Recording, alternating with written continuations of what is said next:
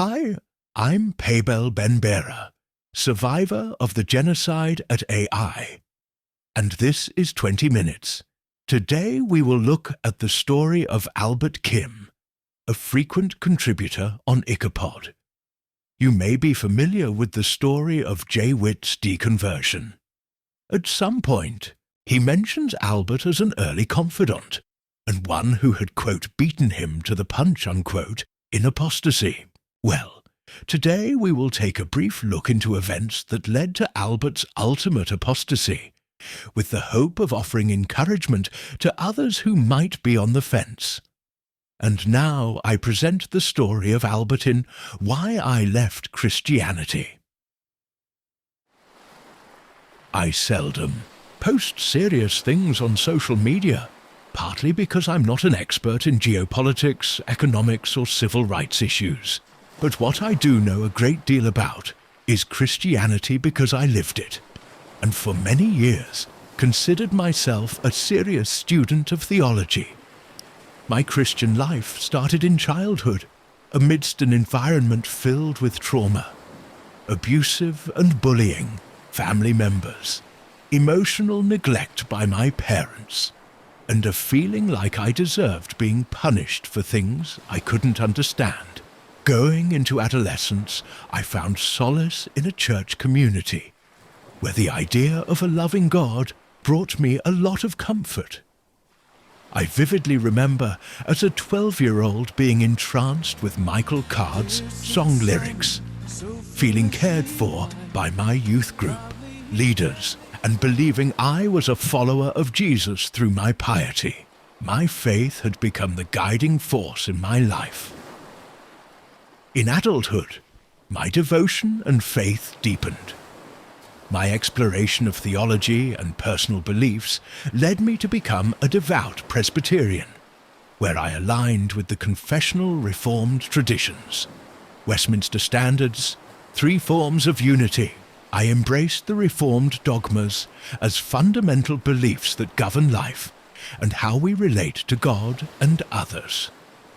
I believed and defended the narrative described in 1 Corinthians 15, asserting its historical accuracy and reliability based on the claims and arguments presented by our theologians and apologists. And I followed on this path utterly convinced that I believed in the correct God, the correct Messiah, and the correct gospel. But that all changed 14 years ago, when I threw this entire heap out the window. It wasn't some catastrophic event or a crisis of faith. It happened unexpectedly in a moment. It was while I was in the middle of reading B.B. Warfield's thoughts on Christian pro-Lega Minna and listening to lectures, Tim Keller, Edmund Clowney, on the typological parallels that theologians make when they interpret the biblical corpus. It occurred to me that this is no different in form and no different in the catharsis we may experience with the myth stories of other cultures and religions, like Joseph Campbell's or Carl Jung's comparative analysis of myths and religions. In other words, I realized that this entire faith construction is in fact a human invention and bears no witness to what Christians call God's truth or divine revelation. And it also revealed that the apologetics enterprise is in fact part of the flimsy foundation that the said faith construction rests upon. How I processed my thoughts and feelings was difficult and complicated.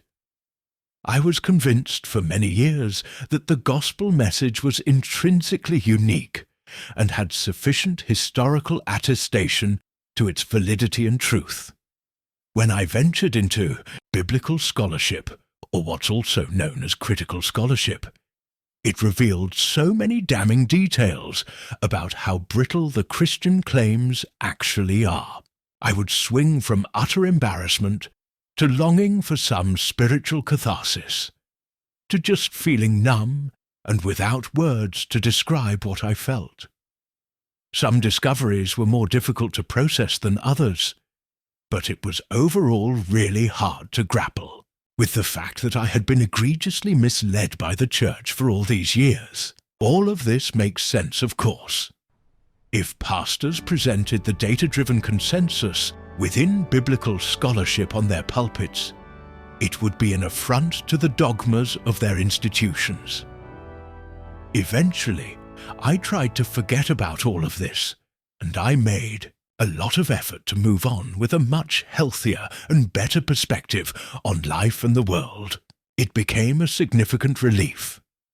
I no longer felt compelled to cling to inhumane beliefs about myself and other people. I also spent years trying to heal from the childhood trauma and religious trauma that I have experienced, particularly after realizing how they mutually reinforced each other.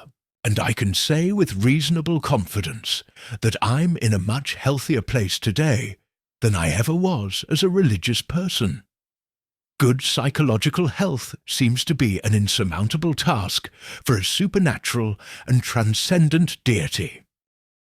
I've also had the privilege of actively participating in the deconstruction community for the past 2+ years, and it has been a healing experience for me, as well as many people I've corresponded with along the way. I owe my thanks to J-Wit and Brady Fanatic Goodwin. I can only hope that these efforts will continue to help and support those in need, especially as we await to see how religion will play out in the political sphere. To conclude, I will leave you a quote from the great Martin Luther himself: "Whoever wants to be a Christian must be intent on silencing the voice of reason." And that, my friends, is Albert's brief account of his deconversion. Again, I ask that you like, comment, subscribe and share this video as I continue to try and provide a resource in this channel for others who find themselves on a similar journey. Thanks again for listening.